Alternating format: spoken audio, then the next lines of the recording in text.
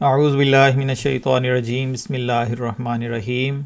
تفسیر کبیر سے سورۃ الرعد کا درس جاری ہے۔ گزشتہ درس سے آگے کی آیات کا آج درس ہوگا۔ میں ان آیات میں سے پہلی آیت کی تلاوت کرتا ہوں اور پھر اس کی تفسیر بیان کرتا ہوں۔ اعوذ باللہ من الشیطان الرجیم، بسم اللہ الرحمن الرحیم۔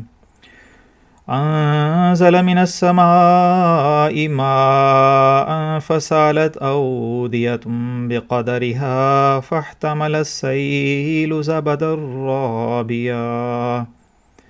ومما يوقدون عليه في النار ابتغاء حلية أو متاع زبد مثله كذلك يضرب الله الحق والباطل فأما الزبد فيذهب جفاء وأما ما ينفع الناس فيمكث في الأرض كذلك يضرب الله الأمثال۔ اس نے آسمان سے کچھ پانی اتارا، پھر اس سے کئی وادیاں اپنی اپنی مقدار کے مطابق بہہ نکلیں، اور اس سیلاب نے اوپر آ جانے والی جھاگ کو اٹھا لیا، اور جس دھات کو وہ کسی زیور یا کسی اور سامان کی طلب میں آگ میں تپاتے ہیں، اس میں بھی اس جیسا ایک جھاگ ہوتا ہے۔ اسی طرح اللہ حق اور باطل کے فرق کو بیان کرتا ہے۔ پھر جھاگ تو پھینکا جا کر تباہ ہو جاتا ہے، اور جو چیز لوگوں کو نفع دینے والی ہوتی ہے وہ زمین میں ٹھہری رہتی ہے۔ اللہ تعالیٰ تمام باتوں کو اسی طرح کھول کر بیان کرتا ہے۔ اس آیت کی تفسیر میں حضرت مصلح موعود رضی اللہ تعالیٰ عنہ فرماتے ہیں، یہاں پر بیسیکلی حضور نے دو مختلف معنی اس آیت کے کیے ہیں، دو مختلف طریق سے اس آیت کی وضاحت فرمائی ہے۔ پہلی جو وضاحت حضور فرماتے ہیں وہ حضور فرماتے ہیں کہ اس جگہ اس مضمون کو نہایت وضاحت کے ساتھ بیان فرمایا ہے کہ پانی جب آسمان سے اترتا ہے، پچھلی آیات میں بتایا اللہ تعالیٰ کی جو مختلف حکمتیں ہیں، قدرتیں ہیں، ان میں کہ آسمان سے پانی اترتا ہے جو زندگی کی بقا کا موجب بنتا ہے۔ تو جب آسمان سے پانی اترتا ہے اور وہ مختلف راستوں پر بہہ پڑتا ہے، تو وہ گلیاں جو بظاہر سڑکیں ہمیں صاف نظر آتی ہیں، مگر جب وہ پانی بڑی تعداد میں وہاں پر آتا ہے تو پھر ان گلیوں میں بھی ہمیں ایک مٹی اور ایک جھاگ سی نظر آتی ہے، اور میل اٹھتی ہوئی محسوس ہوتی ہے، اور دیکھنے والا حیران ہو رہ جاتا ہے۔ اور شروع میں جھاگ جو ہوتی ہے وہ کثرت کے ساتھ ہوتی ہے۔ جب پانی ایک دم جوش کے ساتھ اور تیزی کے ساتھ آتا ہے تو ایک جھاگ سی بنتی ہے، تو شروع میں وہ جھاگ سی ہوتی ہے اور پانی اس کے نیچے چھپا ہوا ہوتا ہے، مگر آہستہ آہستہ وہ جھاگ جو ہے وہ چھٹ جاتی ہے، ہٹ جاتی ہے، اور پانی واضح ہو کر سامنے آ جاتا ہے اور پانی کا غلبہ ظاہر ہو جاتا ہے۔ دوسری مثال اس آیت میں اللہ تعالیٰ نے زیور بنانے کی یا برتن بنانے کے لیے جو چیزیں استعمال ہوتی ہیں اس کی دی ہے کہ ان کو گرم کیا جاتا ہے، اور جب ان کو گرم کیا جاتا ہے تو ان کے اوپر بھی ایک جھاگ بن جاتی ہے، اور وہ سونا یا وہ تانبا یا پیتل، سلور، وہ اس جھاگ کے نیچے دب جاتا ہے ابتدائی طور پر، اور آہستہ آہستہ وہ جھاگ ختم ہو جاتی ہے، اور وہ جو زیور جو اصل چیز ہوتی ہے وہ سامنے آ جاتی ہے۔ تو حضور فرماتے ہیں کہ اسی طرح حق کی مثال سونے یا دوسری معدنیات سے اللہ تعالیٰ نے دی ہے کہ جن کو پگھلانے پر کچھ میل نکلتی ہے، لیکن اس میل کو پھینک دیا جاتا ہے، وہ جو جھاگ سی بنتی ہے، وہ میل سی بنتی ہے، اس کو پھینک دیا جاتا ہے، اور صرف معدن کو الگ نکال کر رکھ لیا جاتا ہے۔ جیسے سونا ہے تو وہ جو پیور ہو جاتا ہے سونا، جس میں سے وہ مٹی اور میل اور سب چیزیں نکل کے الگ ہو جاتی ہیں، تو اس کو جو سونار ہے وہ سنبھال لیتا ہے۔ تو فرمایا کہ کفار کو بتایا کہ بے شک تم اس وقت جھاگ کی طرح اٹھ رہے ہو۔ یہ جو نبی کے ابتدائی دور کی کیفیت ہے، اس میں تم ایک جھاگ کی طرح ہو، یعنی تم نے نبی کی جو بظاہر کامیابی ہیں ان کو اپنے اندر چھپایا ہوا ہے، مگر جھاگ کا انجام جو ہے وہ بالآخر چھٹنا ہے، ختم ہونا ہے، الگ ہونا ہے، اور جب وہ جھاگ ہٹ جائے گی، چھٹ جائے گی، تو پھر اس نبی کی کامیابیاں جو ہیں وہ جو اصل ہیں وہ باہر نکل کر سامنے آ جائیں گی. اور جو حضور اللہ تعالیٰ فرماتا ہے کہ ہماری نصرت کی جو ہوائیں جب چلیں گی تو یہ جھاگ جو ہے یعنی تمہاری جو مخالفت کی جھاگ ہے وہ بیٹھ جائے گی اور حق کا غلبہ جو ہے وہ نظر آنے لگے گا. اور صرف رسول اکرم صلی اللہ علیہ وآلہ وسلم کی تعلیم ہی جو ہے وہ قائم رہنے والی ہے. دوسرا مطلب اس آیت کا حضور یہ فرماتے ہیں کہ فطرت انسانی کو اللہ تعالیٰ نے پاک بنایا ہے، لیکن اس میں رسم و رواج اور دوسری چیزیں جب ان کا گند ملتا ہے تو اس کو وہ خراب کرتے ہیں. اللہ تعالیٰ اپنے نبیوں کے ذریعے سے پھر فطرت کے ان پاک تقاضوں کو جگانے کی کوشش کرتا ہے، جگاتا ہے، اور اس کا رزلٹ یہ نکلتا ہے کہ وہ جو ان کے اندر رواج اور رسم و رواج کا گند شامل ہوا ہوتا ہے اور پھر نبی کی طرف سے ان کو وہ تعلیم آتی ہے، تو ابتدائی طور پر یہ دونوں چیزیں جو ہیں وہ ایک شخص کے اندر ابھر کر سامنے آ جاتی ہیں. یعنی یہ گند بھی سامنے ہوتا ہے، اس کو نظر آنے لگ پڑتا ہے، اور اس تعلیم کی پاکیزگی بھی اس کو نظر آنے لگ پڑتی ہے.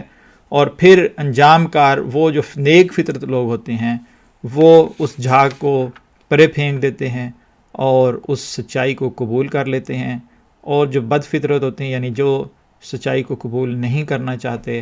وہ اس جھاگ کی طرح جو ہے وہ الگ ہو جاتے ہیں اور اس سچائی کو انکار کر دیتے ہیں.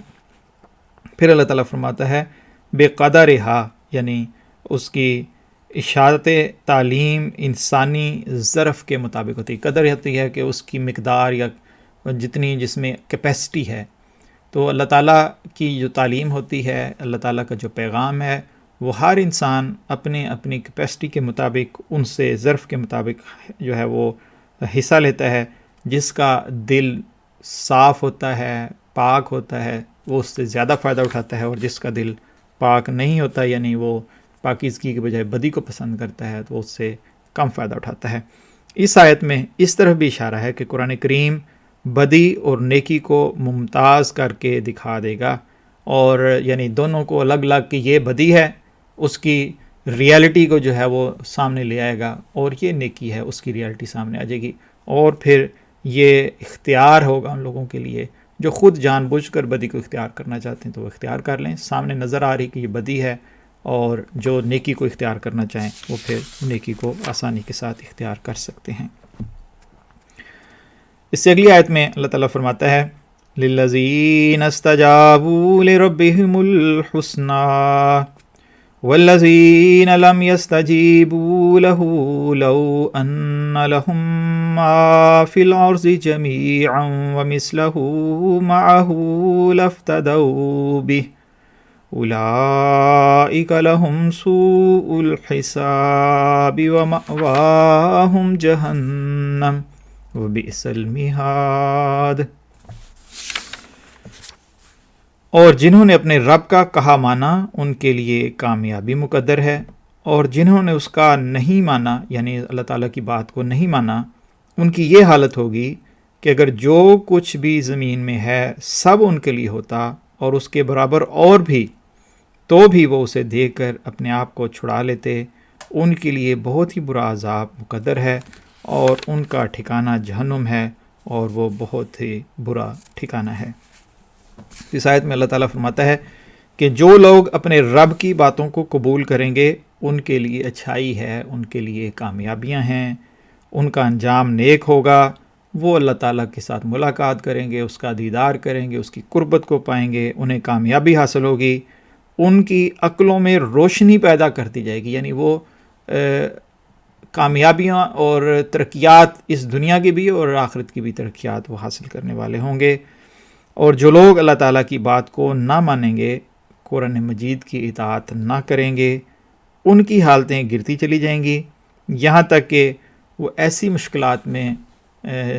گرفتار ہو جائیں گے، مبتلا ہو جائیں گے کہ اگر وہ زمین اور اس کی چیزیں اور اس کی مانند اور چیزیں فدیہ دے سکتے تو ضرور دے دیتے، تاکہ وہ ان مشکلات سے اپنے آپ کو نکال سکیں. یعنی جو کچھ ان کے پاس ہے وہ سب کچھ بھی لٹانے کے لیے پھر وہ تیار ہو جاتے ہیں کہ ہم کسی طریقے سے ان مصائب اور ان مشکلات سے نکل جائیں. جو عقلوں کے اوپر پردے پڑے ہوئے ہیں وہ پردے کسی طریقے سے ہٹ جائیں.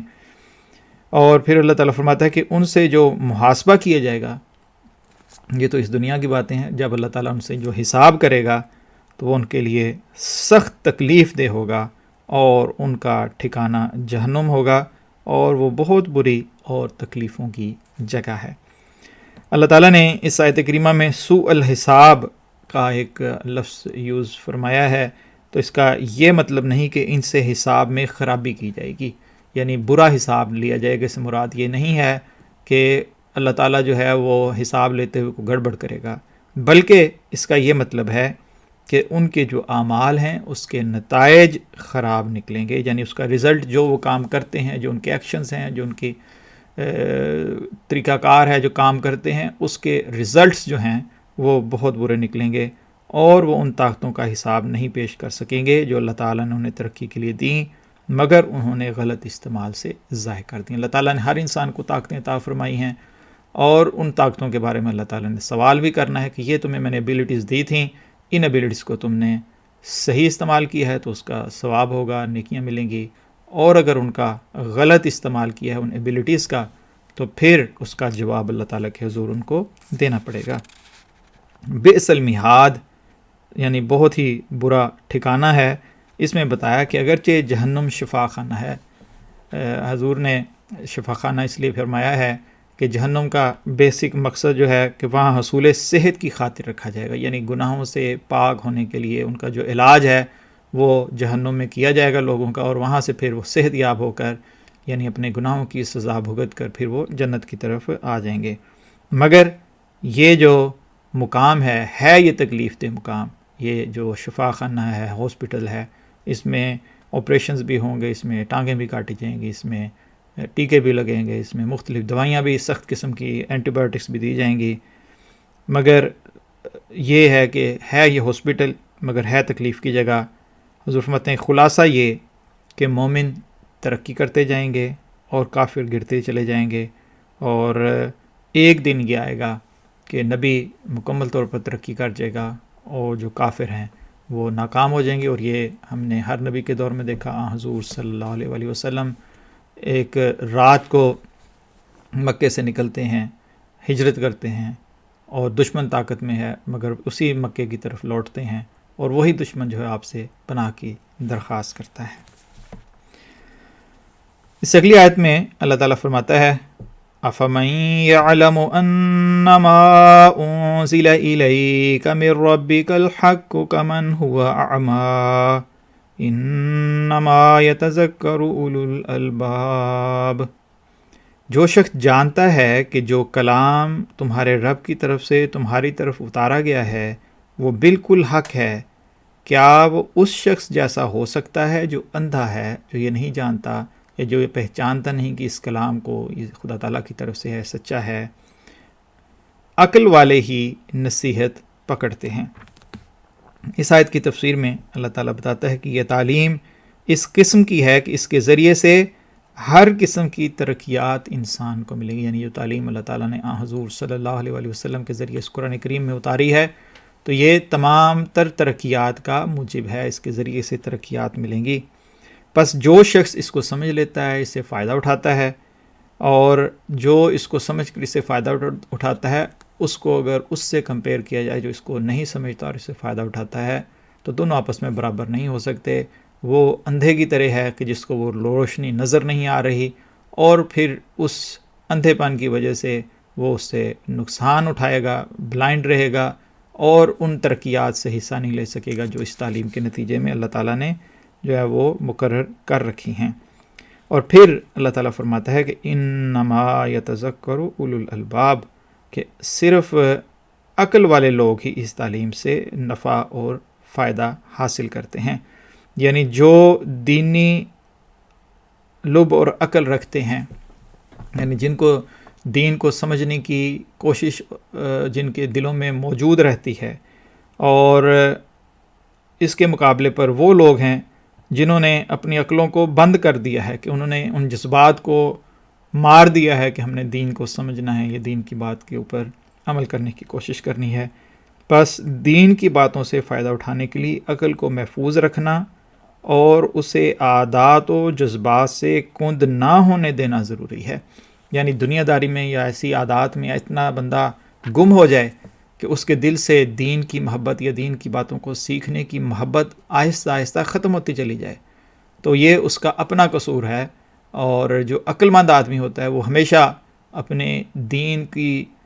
سمجھ کو یا دین کے علم کو حاصل کرنے کے لیے، اس سے فائدہ اٹھانے کے لیے کوشش جو ہے وہ اپنے کرتا رہتا ہے اور عقل کو استعمال اس سلسلے میں کرتا ہے۔ اب اس کے بعد جو آیات ہیں ان میں اللہ تعالیٰ نے ان لوگوں کی نشانیوں کا ذکر کیا ہے کہ وہ عقل مند لوگ کون ہیں جو دین کا علم یا دین کی تعلیم سے فائدہ اٹھانے والے ہیں۔ ان کی بعض صفات ایٹریبیوٹس کا اللہ تعالیٰ نے ذکر فرمایا ہے اگلی آیات میں کہ اگر تم نے پہچاننا ہو، دیکھنا ہو، اپنے آپ کا اپنا جائزہ لینا ہو اور دیکھنا ہو کہ کیا تم خود ان اہل علم میں سے یا عقل مند لوگوں میں سے ہو یا نہیں ہو، تو پھر ان صفات کو اپنے اندر تلاش کرو۔ اور وہ صفات کیا ہیں؟ الذین یوفون بعہد اللہ ولا ینقضون المیثاق، جو اللہ تعالیٰ کے ساتھ کیے ہوئے عہد کو پورا کرتے ہیں اور اس پختہ عہد کو نہیں توڑتے۔ تو اب اس آیت میں جو پہلی علامت اولو الالباب کی، عقل مند لوگوں کی، وہ یہ بیان فرمائی ہے کہ وہ اپنے عہدوں کو پورا کرتے ہیں۔ وہ اپنے عہد جو ہیں، جو بھی وہ کرتے ہیں، ان کو پورا کرنے کے لیے ہماتن تیار رہتے ہیں، کوشش کرتے ہیں کہ جو بھی عہد انہوں نے کیا ہے اس عہد کو جو ہے وہ اپنے سارے باقی جو کام ہیں ان کو اس کے ماتحت کر لیتے ہیں۔ یعنی اگر وہ اس عہد کے مطابق ہوں تو ان کاموں کو وہ کرتے ہیں، اور اگر وہ کام اس عہد کے ماتحت نہ ہوں تو ان کو نہیں کرتے۔ مثلا ہم احمدی جو ہیں، ہم نے یہ عہد کیا ہے کہ ہم حضرت مسیح موعود علیہ الصلوۃ والسلام نے جو 10 شرائط بیعت ہمارے سامنے رکھی ہیں ان کے اوپر پورے طریقے سے عمل کرنے کی کوشش کریں گے۔ تو اب ایک احمدی کا یہ فرض ہے کہ وہ ان شرائط بیعت کو پڑھے، ان کو دیکھے، ان کے اوپر غور کرے، اور پھر اپنی جو زندگی ہے اس کو جائزہ لے اور پھر اس کو اس عہد کے ماتحت کرتا چلا جائے، اور ہر اس چیز کو انسان چھوڑ دے جو اس عہد کے انڈر نہیں آتی۔ اور اس طریقے سے وہ جو عقل مند لوگ ہیں وہ اپنے طریق کو اختیار کرتے ہیں، اپنے عہدوں کو پورا کرتے ہیں، اور یہی وہ لوگ ہیں جو پھر بھرپور طریقے سے اس تعلیم سے فائدہ اٹھاتے ہیں جو تعلیم نبی لے کر آتا ہے۔ اس سے اگلی آیت میں اللہ تعالیٰ فرماتا ہے والذین یصلون ما امر اللہ بہ ان یوصل ویخشون ربهم ویخافون سوء الحساب، اور جو لوگ کہ ان تعلقات کو قائم کرتے ہیں جن کے قائم کرنے کا اللہ تعالیٰ نے حکم دیا ہے، اور اپنے رب سے ڈرتے ہیں اور برے انجام والے حساب سے خوف رکھتے ہیں۔ اب دوسری علامت عقل مندوں کی یہ بتائی ہے کہ وہ اللہ تعالیٰ کے عہد کی پابندی کے بعد اور اس سے کامل تعلق پیدا کر لینے کے بعد اس کے ان بندوں کی طرف جھکتے ہیں جن سے تعلق رکھنے کا اس نے حکم دیا ہے۔ یعنی جو عقل مند لوگ ہیں وہ پہلا حصہ پورا کرتے ہیں، یعنی خدا تعالیٰ کا حصہ ہے، خدا تعالیٰ کے ساتھ جو عہد کیا ہے اس عہد کو پورا کرنے کی کوشش کرتے ہیں اور اپنی ساری زندگی کو اس عہد کے ماتحت کر لیتے ہیں اور اس سے ہٹ کر کوئی کام نہیں کرتے۔ اب دوسرا حصہ ان کی زندگی کا یہ ہے، یا دوسری علامت یہ ہے کہ وہ ہر اس تعلق کو قائم کرتے ہیں جو اللہ تعالیٰ نے جس کے قائم کرنے کا حکم دیا ہے، یعنی اللہ تعالیٰ کے ساتھ ان کا تعلق، اس کے رسول کے ساتھ تعلق، ملائکہ کے ساتھ تعلق، خلفاء کے ساتھ تعلق، نیک لوگوں کے ساتھ تعلق، اور اس کے بعد تمام مخلوقات سے درجہ بدرجہ، یعنی والدین ہیں، عزیز رشتہ دار، بچے، ہمسائے، اور پھر ساری انسانیت، چرند پرند، ہر چیز اس میں شامل ہو جاتی ہے۔ غرض تعلق باللہ کے بعد عقل مند انسان کا کام ہے، یعنی اللہ تعالیٰ کے ساتھ تعلق کے بعد، کہ جن جن چیزوں سے اور جس جس حد تک اللہ تعالیٰ نے تعلق کا حکم دیا ہے اس حد تک اور اس صورت میں ان سے تعلق رکھے۔ تو اس علامت میں گویا شفقت علی خلق اللہ اور مادی اسباب جو اللہ تعالیٰ نے رستے قائم کیے ہیں، چیزیں قائم کی ہیں، بنائی ہیں، ان سے فائدہ اٹھانے اور ان کے استعمال کا ذکر کیا گیا ہے۔ تو پہلے میں جو ہے وہ اللہ تعالیٰ کے عہد کو پورا کیا، اور دوسرے میں پھر اس کی مخلوق کے ساتھ اپنے تعلق اور اس کے پیدا کیے ہوئے ذرائع سے فائدہ اٹھانا اور ان کو استعمال کرنا اس میں شامل ہے۔ بلکہ عقل مند وہ ہے، اب اس میں حضور فرماتے ہیں، اور یہ نقطہ بتایا ہے کہ عقل مند وہ نہیں جو دنیا کے ذریعے سے خدا تعالیٰ کی جستجو کرتا ہے، بلکہ عقل مند وہ ہے جو خدا تعالیٰ کو پا کر اس کے ارشاد کے ماتحت دنیا کی طرف جھکتا ہے۔ یعنی عقل مند وہ نہیں ہے جو دنیا کو دیکھ کر خدا کی طرف جائے، بلکہ عقل مند وہ ہے جو خدا تعالیٰ کے ساتھ اپنے تعلق کو مضبوط کرنے کے بعد پھر اس کی مخلوق کے ساتھ اپنے تعلق کو مضبوط کرے۔ اور یہ وہ صورت ہے جو آن حضور صلی اللہ علیہ وآلہ وسلم کی قرآن کریم میں اللہ تعالیٰ نے بیان فرمائی ہے، دنا فتد اللہ فکان قاب قوسین او ادنا، سورۃ النجم میں ہے۔ یعنی رسول کریم صلی اللہ علیہ وسلم اول تو خدا تعالیٰ کے قریب ہوئے اور پھر اس کے حکم کے ماتحت اس مقام سے اتر کر مخلوق کی طرف جھکے۔ تو پہلے اللہ تعالیٰ کے ساتھ تعلق کیا، تعلق کو مضبوط کیا، اور اس کے بعد پھر اس کی مخلوق کی طرف جھکے اور ان کے ساتھ اپنے تعلق کو مضبوط کیا، اور خدا تعالیٰ اور مخلوق کے درمیان واسطہ بن گئے، یعنی ذریعہ بن گئے خدا اور اس کی مخلوق کے درمیان۔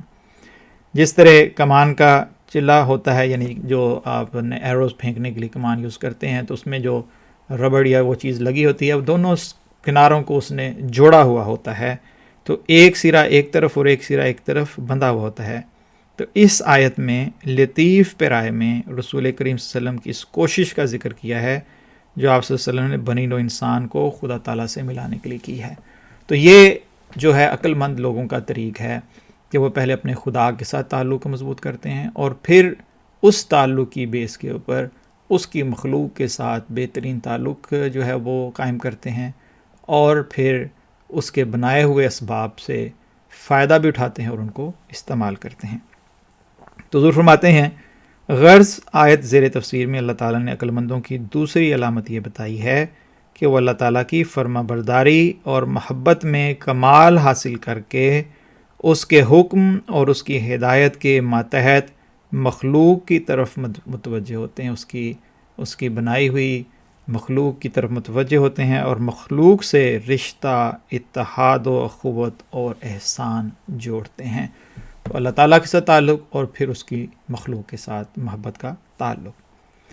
تیسری علامت اسی آیت میں اللہ تعالیٰ نے عقل مند لوگوں کی یہ بیان کی ہے کہ یہ لوگ اپنے رب کی خشیت دل میں رکھتے ہیں۔ اور خشیت کے جو مختلف معنی ہیں وہ یہ ہیں کہ خشیت کسی اعلیٰ صفات والی چیز کے کمال و حسن کو پہچاننے کے بعد اس کے ہاتھ سے جاتے رہنے کے خوف کو کہتے ہیں۔ یعنی آپ کے پاس ایک ڈائمنڈ ہے، اس کی ساری جو ایٹریبیوٹس ہیں، اس کی خصوصیات آپ کو علم ہو گئی ہیں، اب یہ اعلیٰ ترین چیز ہے، اور اب اس کے اپنے ہاتھ سے کھوئے جانے کا جو یہ خوف ہے کہ بہترین چیز میرے ہاتھ سے نکل جائے، یہ خشیت کہلاتی ہے۔ حضور فرماتے ہیں گویا خشیت کا لفظ صرف اس وقت بولا جاتا ہے جب کہ اس چیز کی معرفت حاصل ہو جس سے خوف کیا گیا ہو، نیز خوف نقصان یا ضرر کا نہ ہو۔ اس چیز کا خوف نہ ہو کہ یہ مجھے کوئی نقصان پہنچا دے گی چیز،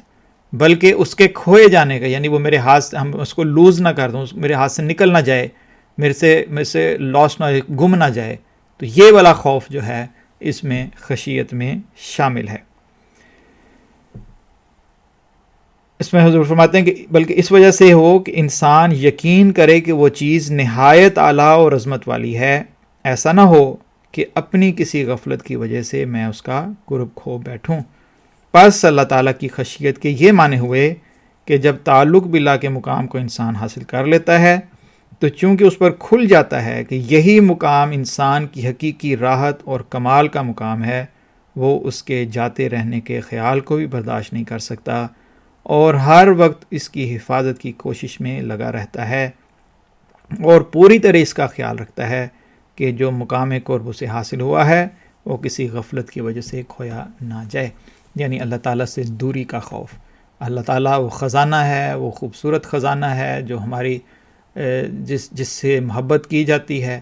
اب یہ خوف انسان کو ہو، خشیت کا مطلب یہ ہے کہ یہ خزانہ، یہ پیارا خدا میرے ہاتھ سے، میری کسی کوتاہی کی وجہ سے، میری کمزوری کی وجہ سے، میری سستی کی وجہ سے، نااہلی کی وجہ سے میرے ہاتھ سے یہ قرب کی جو کیفیت ہے یہ جاتی نہ رہے۔ اسی علامت کا دوسرا حصہ یہ بتایا کہ وہ یخافون سوء الحساب، یعنی ایک طرف اگر اسے اللہ تعالیٰ کے قرب کے مقام کی حفاظت کا خیال دامنگیر ہوتا ہے، تو دوسری طرف وہ اس امر سے بھی خائف رہتا ہے کہ شفقت علی خلق اللہ کا جو مقام اسے حاصل تھا اس میں کسی کوتاہی کی وجہ سے وہ اللہ تعالیٰ کی ناراضگی کا باعث نہ ہو جائے۔ یعنی پہلی خشیت ہے کہ اس کو یہ ڈر ہے کہ میرا خدا میرے ہاتھ سے نہ چلا جائے۔ اب دوسرا جو خوف ہے وہ یہ ہے کہ خدا تعالیٰ نے فرمایا ہے کہ اس کی مخلوق کے ساتھ تعلق جو ہے وہ بہترین رکھو، اور میرا اس مخلوق کے ساتھ جو کسی کوتاہی کی وجہ سے تعلق کمزور نہ پڑ جائے، اور اس وجہ سے میرا خدا مجھ سے ناراض نہ ہو جائے۔ تو پہلی دو علامتوں میں چونکہ تعلق باللہ کو اصل اور شفقت علی خلق اللہ کو اس کا نتیجہ قرار دیا تھا، تیسری دلیل میں اسی کے مطابق اللہ تعالیٰ کے تعلق نقص کے لیے خشیت کا لفظ اور مخلوق کے تعلق نقص کے متعلق خوف کا لفظ استعمال کیا ہے۔ تو اللہ تعالیٰ سے تعلق میں اگر نقص پیدا ہوتا ہے، خرابی پیدا ہوتی ہے، تو اس کے لیے خشیت کا لفظ یہاں پر استعمال ہوا ہے، اور اگر یہی تعلق میں خرابی مخلوق کے ساتھ ہو، اس کی پیدا کی ہوئی مخلوق کے ساتھ، تو یہاں پر اسے جو ہے وہ خوف کا لفظ اللہ تعالیٰ نے جو ہے وہ بیان کیا ہے۔ اس اگلی آیت جو ہے وہ اس کا مضمون کافی لمبا ہے، تو میں یہیں پر اپنی بات کو ختم کرتا ہوں۔ اللہ تعالیٰ سے دعا ہے کہ ہم سب کو اولو الالباب یعنی عقل مند لوگوں میں سے بنائے، ہم اپنے پیارے خدا کے خشیت اپنے دل میں رکھنے والے ہوں، اس کا خوف اپنے دل میں رکھنے والے ہوں، اس کے ساتھ بھی ہماری محبت جو ہے وہ دائمی محبت ہو، اور اس کی مخلوق کے ساتھ تعلقات بھی جو ہیں وہ بہترین طور پر استوار ہوں۔ اللہ تعالیٰ ہم سب کو ان باتوں پر عمل کی توفیق عطا فرمائے۔ وآخر دعوانا ان الحمدللہ رب العالمین۔ السلام علیکم ورحمۃ اللہ وبرکاتہ۔